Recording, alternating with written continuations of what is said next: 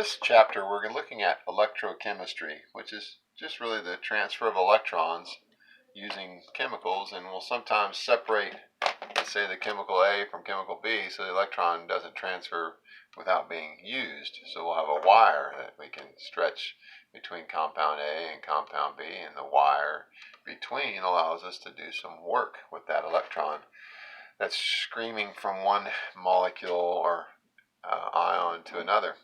So we're going to look at galvanic cells. Galvanic cells are going to have anode, cathodes. They are kind of defined by their spontaneity. Galvanic cells don't need an outside source to make the current flow. They have the spontaneous action of having electrons flow and ions move in that particular current, or that circuit.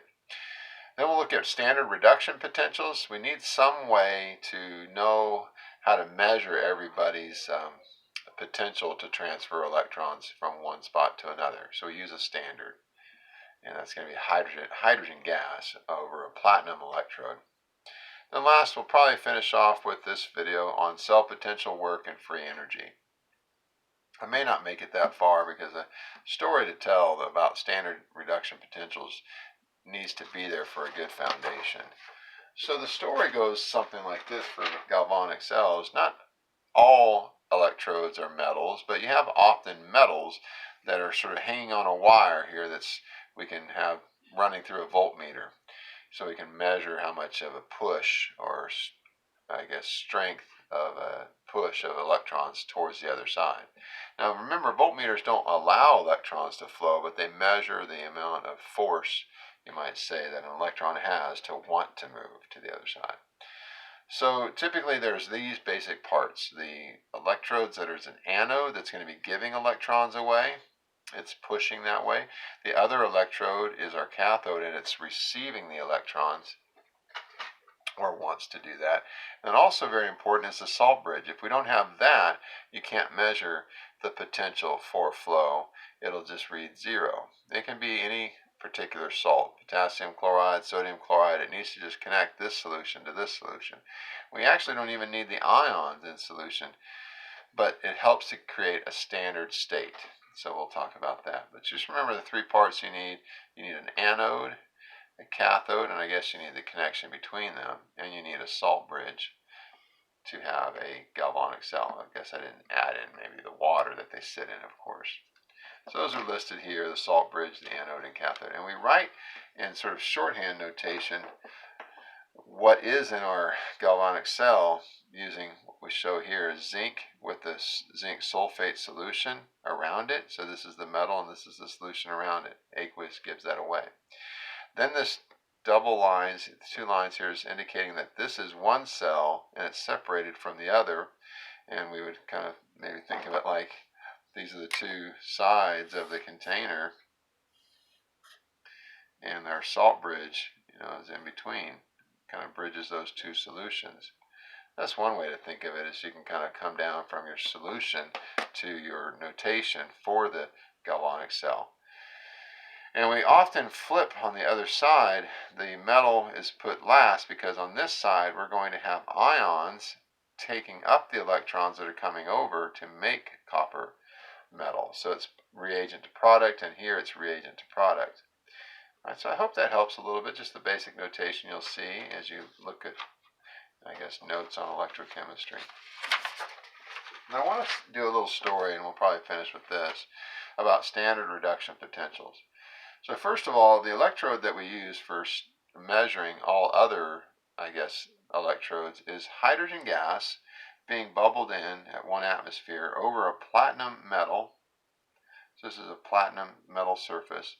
And the reaction that we're kind of sort of wanting to consider is hydrogen gas going across the metal surface to create two protons. So you'd have then two electrons being pushed over to the other side. That's the idea. This is hydrogen's electrodes. That's how we're going to consider it, as reducing everybody else. It's sending up electrons to the other side to reduce magnesium. And what's his potential for that to occur? When he's connected to hydrogen electrode, what's the potential for a reduction? That's what we're looking at. So all metals are measured against this hydrogen electrode. So I thought I'd tell a little bit of a story, though. We can kind of consider, first of all, the simplest system where, let's say we have the hydrogen gas being bubbled up through. We have some platinum electrode. And over here, we'll have another metal that's in water, just pure water. Pure water. So. And we don't have any ions in there at all. Well, even if we were to take the hydrogen away, having two different metals, this is just the nature of metals in aqueous solutions. That metal touching the solution, there's going to be some amount of the ions coming off as the metal goes to an ion, let's just call it X plus. The negative charge would be left behind on the metal surface. Again, it can be really, really small amounts of the metal actually coming off of the metal as an ion. So this X was the platinum, and now it came off as X plus and left the electron behind. We have the same thing happening over here off of this metal. Let's say it's copper. I could have Cu coming off the metal to make Cu2 plus. And what we do is we often will look at the potential between these two metals where one has lost a very few amount of metal atoms to the solution as ions and left very few electrons behind, where the other one has left a lot. So this one, as having more negative on the surface of the metal left behind, would actually have a resistance to something coming down its way. It would actually push the other way. So we can often measure the voltage difference between two metals that we connect by wire. Just putting them in water and having a salt bridge, we can get a little bit of this sort of charging of the metal in the aqueous surface, in the aqueous solution. Let me show you a little bit more what I mean. So if we have our hydrogen electrode in water, and we have now, let's say, our copper we're looking at, or I think we're looking at magnesium here. Sorry, this is for magnesium. And magnesium has a very strong desire. We know magnesium, being a second row element, has a strong desire to make Mg2 plus 2 electrons. So you can imagine, if you will, that this is in water, and before we even have any ions in here, there's going to be some loss of our magnesium to make 2 plus, and it leaves behind the electrons. There's just some amount of charging, you might say, of the plate. Whereas over on this side, we might not have as much charging of the plate. So this would resist the flow of electrons towards it if we were looking at this platinum electrode and the hydrogen gas is bubbling up. We would say there's a resistance to it because it's created a lot of negative charge on the plate that's going to resist this flowing over to the other side. But if we look at a different type of metal, let's say we look at our copper, copper does not have a strong tendency to release copper 2 plus and leave electrons behind. We can see that because there's only 1, 2, 3 negative charges, so it has the potential to go ahead and receive those electrons from the platinum electrode in our hydrogen standard electrode that we use to measure everybody against. So in this case, we would have a potential, and it was written in my notes as 0.16, but it's actually 0.34 volts. But this one has a negative potential. It does not want to receive those electrons. So we can put this together, take the hydrogen electrode out between these two, and put these two directly connected to each other. And with the same thing, without any ions in solution, we would have some loss of magnesium to the solution and some loss of copper, but we'd have much more magnesium loss, so it has a greater potential to be the anode. So what we did is we take, and if you ever are working with the anode, you have to change the sign from negative and flip it to positive, because this potential here is always a reductive potential. But he's working as the anode. He's not working as the cathode receiving electrons. So that negative actually becomes a positive. He has a strong desire to push electrons away, not to receive them. So if we make him the anode, then he's sort of doing according to what he would like to do anyway. So you can change the sign, and when you change the sign, then you can add that to the potential of the cation that did, or sorry, the cathode that did not change. Because against our standard, we always measured as being reduced, as receiving. He was favorable for it, and this one was unfavorable to serve over here. So he's serving over here as our anode. So plus 0.237 plus the 0.16 would equal a total E cell potential, this cell, of 2.53.